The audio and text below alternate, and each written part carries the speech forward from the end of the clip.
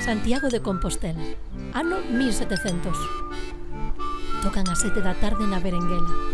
As rúas ateigadas de xente cheiran fatal. A pan e a oriñal, a flores e a caca, a bosta de vaca. O enso ruxe dos carros cargadiños de pedra e o cantar dos punteiros. O mestre maior, Domingo de Andrade, pasea do Pombal á catedral e as lavandeiras fan a revolución. E unha nai sai a xanela berrando polos seus fillos perdidos. Ao lonxe, no alto do monte, os lobos